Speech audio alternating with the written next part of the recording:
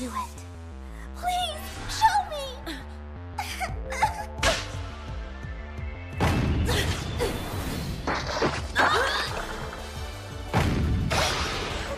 She knows how to... You had your turn, now it's mine!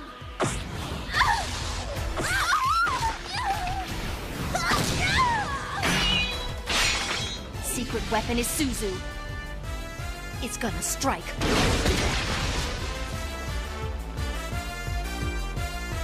The Executive Council. This area has been temporarily closed.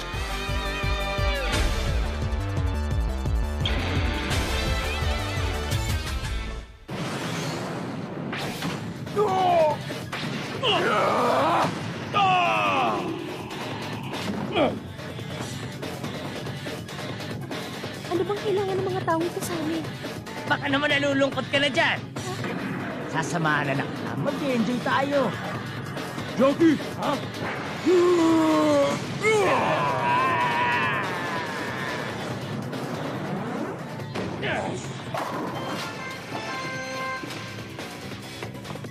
Salamat, Bob! Jackie, ayos ka lang ba?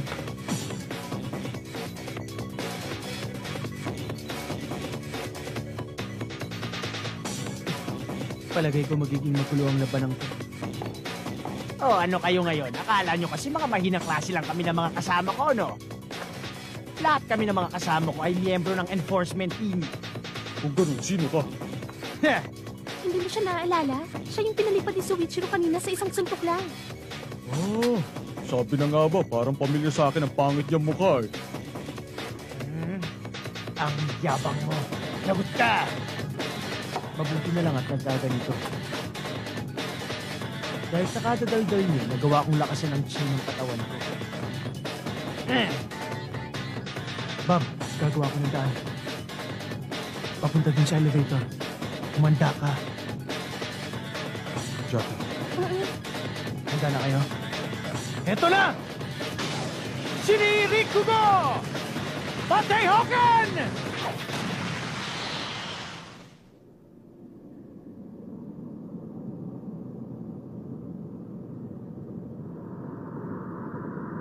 Gusto ko malaman mo na hindi ko gusto itong pinapagawa mo sa akin. Pero wala akong magagawa kung hindi sumunod dahil ang Pro Wrestling Club ay nasa ilalim ng enforcement team.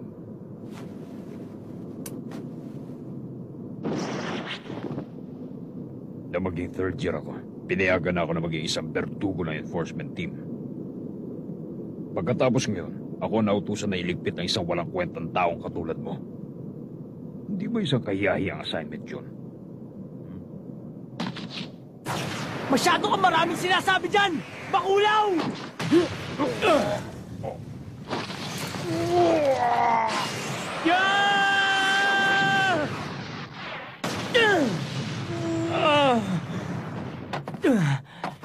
Hindi ko pinag-aaksaya ng panahon ng mga walang pinagpat na katulad mo! Baliwala ka sa akin!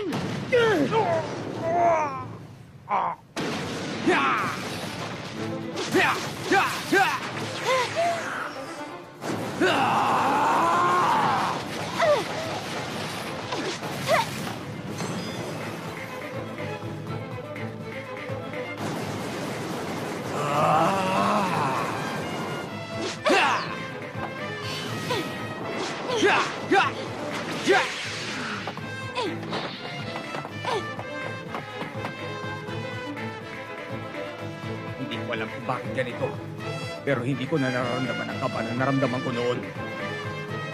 Humahaba ang patkat na higit sa sukat nito. Ang layo na naaabot.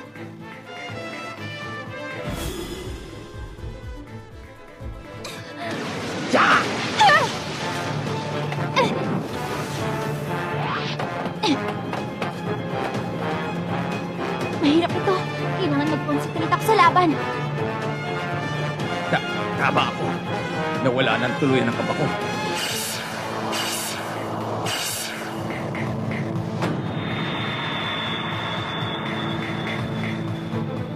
Kaya ko to. Hindi ko na siya dapat matakutan. Isa lang siyang batang babae na marunong na martial arts. Kaya!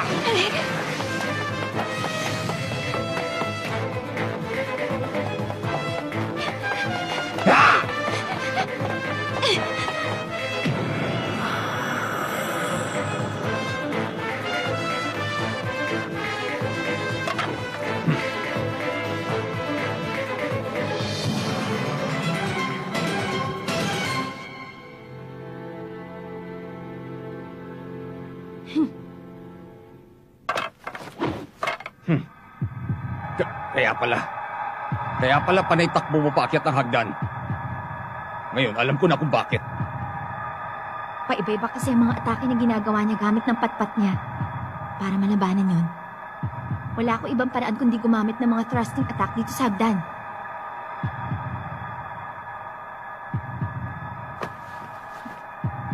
Nagpalitan na kami ng atake. Ang problema nga lang, napadali ang pag-ikli ng distansya sa pagitan namin. Malamang ay gagawin na niya ang susunod niyang atake.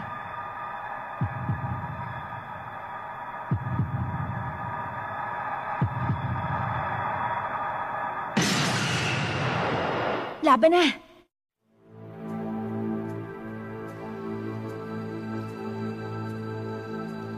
Maya Natsume, oras na para ipakita mo sa akin ang totoong galing mo. Hindi na ako makikipaglaro pa sa'yo.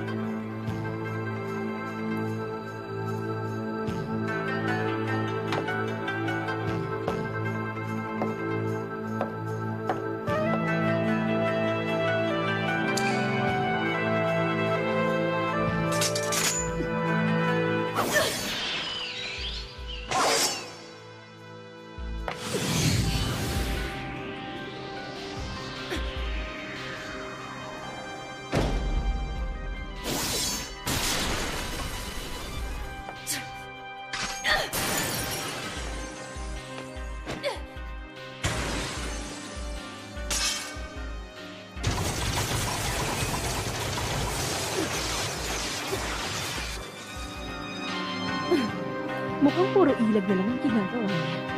Sa susunod ng atake.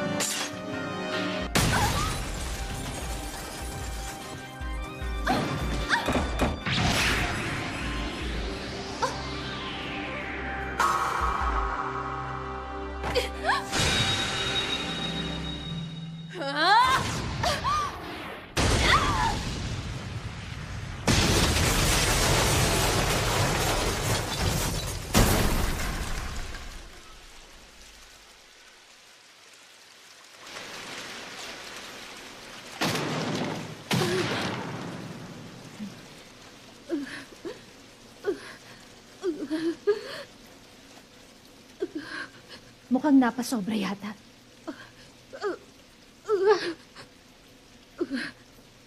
Kasama naman ng mga bata si Takayanagi. Siguro naman hindi sila natalo. Ang problema si Aya. Pambihira talaga. Isip bata pa kasi kung ano-ano ang naiisip.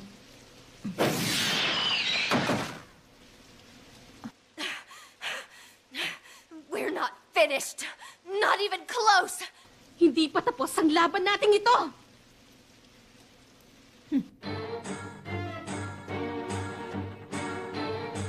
Sigurado, tihado ka na sa laban nating ito. Pero nakagawa ka ng paraan para maging patas ang laban. Bilib ako sa'yo. Yan ang masasabi ko sa'yo. Pero, merong bagay na dapat mong malaman. Hindi ito isang ordinaryong patpat.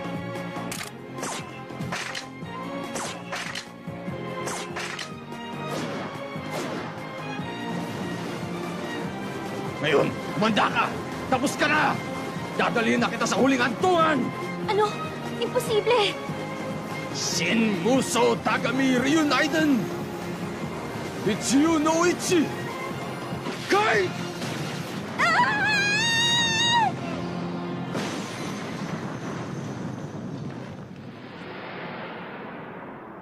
Soichiro...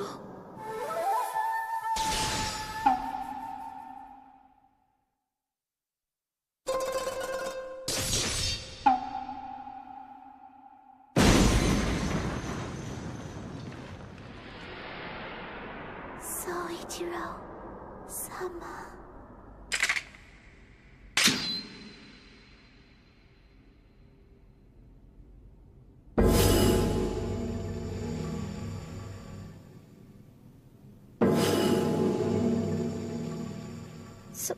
Soichiro...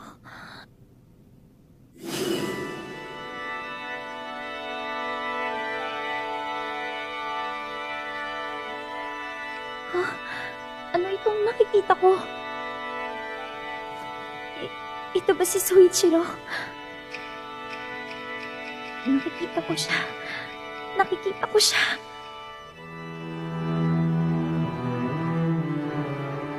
Ang angkan na nagpapalayas ng masasamang espiritu.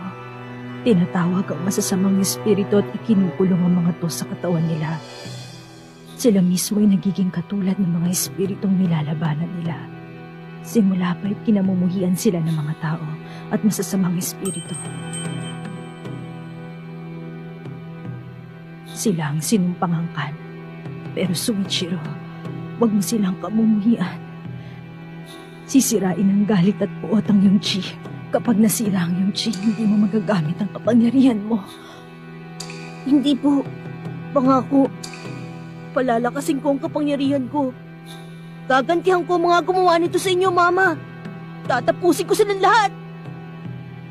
Kung palalakasin mo lang ang sarili mo para manakit ng ibang tao, para mo lang ding pinalakas sa mga kalaban mo, at gagamitin lang nila ang panibagong lakas na yun para lalong saktan ka. Anak, at totoong lakas ay ang kakulangan ng takot. Ang pagkakaroon ng lakas ng loob para ipagtanggol ang mga taong mas mahina sa iyo. Isipin mo ang dangal mo, ang karangalan ng angkang lagi, ang angkan na laging pumoprotekta.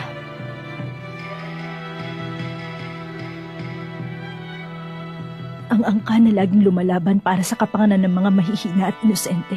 Darating din ang araw na maiintindihan mo lahat ng sinasabi ko sa iyo ngayon. Pagdating ng araw na yon, magiging kasing lakas ng isang dragon ang katawan mo. Isang dragon.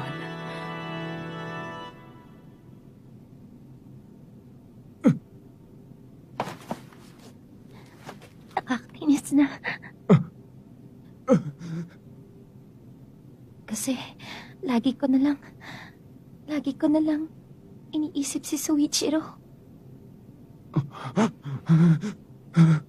Lagi ko na lang pinapangarap na balang araw ay mapansin man lang ako ni Soichiro.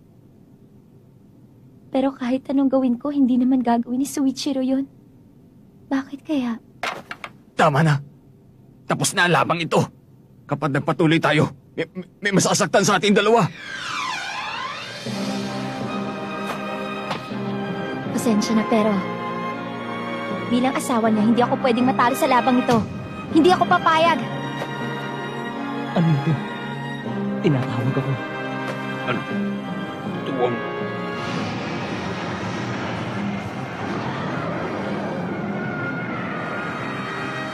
Ano nangyayari? Nahihibang pa ako?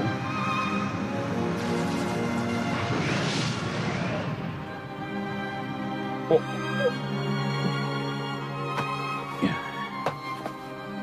Pasensya ka na. Hindi ko sinasadya, pero minaliit ko ang kakayahan mo. Nagkamali ako. Sumuko ka na. Hindi na kita pagbibigyan ulit. Hindi ako makukonsensya kapag napuruhan kita.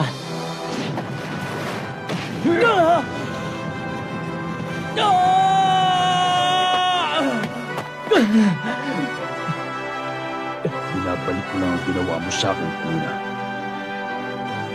Tumayo ka dyan. Labanan mo ko ng buong puwersa at pakita mo sa akin ang totoong lakas mo, bata. Oras na para matikman mo matinik na wrestling technique ko. Pambihira. Ilang beses ko bang uulitin sa'yo?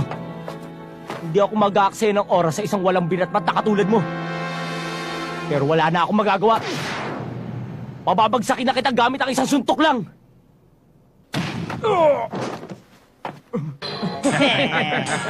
Hindi tayo makakatakas. Turo!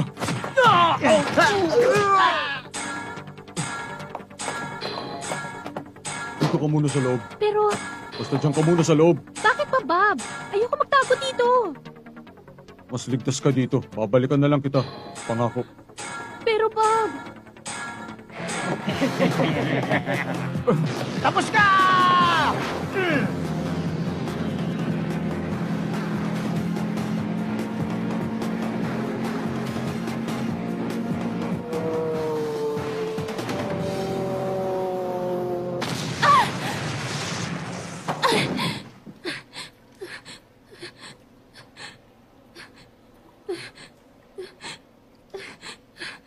Ngayon nakalaban ko na siya.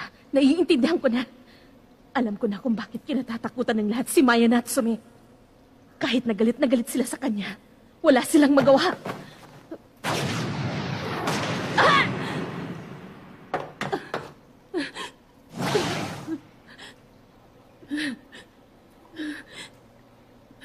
Kahanga-hanga ang pagpupursige mo. Akala mo kasi mananalo ka pa. Pero kahit na hindi mo na kayang tumayo, hindi pa rin kita pagbibigyan. Kaya sumuko ka na lang. Malas lang talaga. Hindi masusunod ang pinlano ko. Akala ko matatalo ko siya kung magdadala ko ng madaming sandata para gamitin sa kanya. Pero kulang ang dala ko. Pero hindi pa rin ako papayag na matalo dito. Kahit ano pang mangyari. Hindi ako matatalo! Hindi!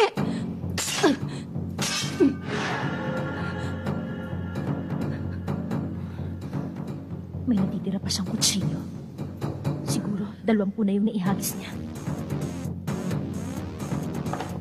Kahit ano pa ang gawin mo, hindi mo ako kayang talunin. Make no mistake, I will indeed win! Ako ang Vice President. Umaasa ang buong enforcement team sa akin. At hindi lang yon. Kailangan mapasaya ko siya dahil pinili niya ako. Iniwanan mo ang posisyon na ipinagkalob sa akin. Binaliwala mo ang posisyon na yon. Wala kang kwenta. Tapos ka na sa akin ngayon.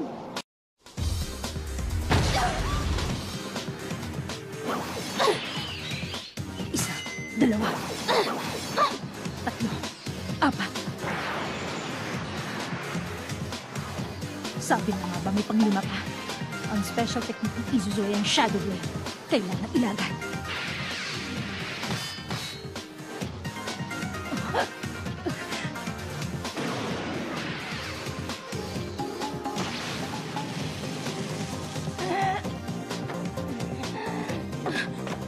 Paano?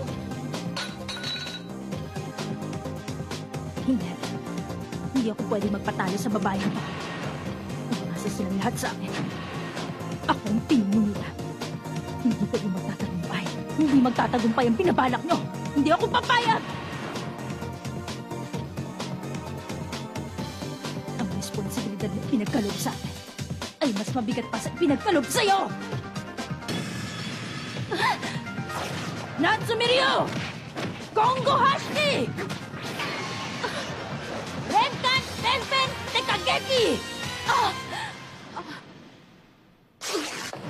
Tapos ka na!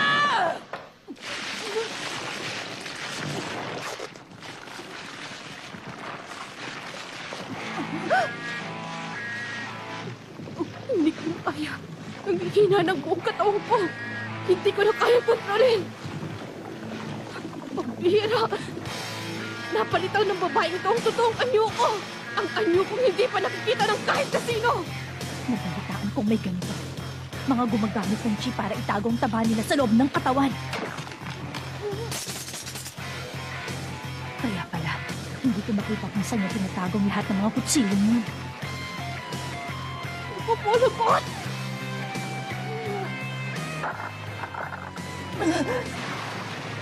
Lagot! Hindi ako makakailag!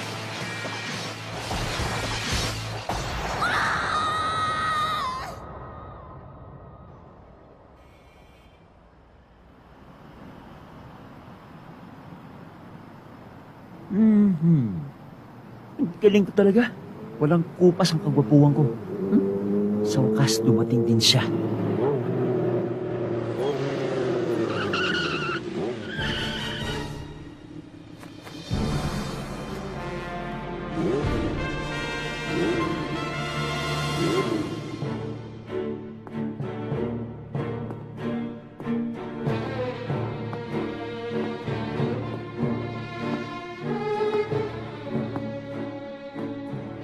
I've been waiting for you. Mitsuomi.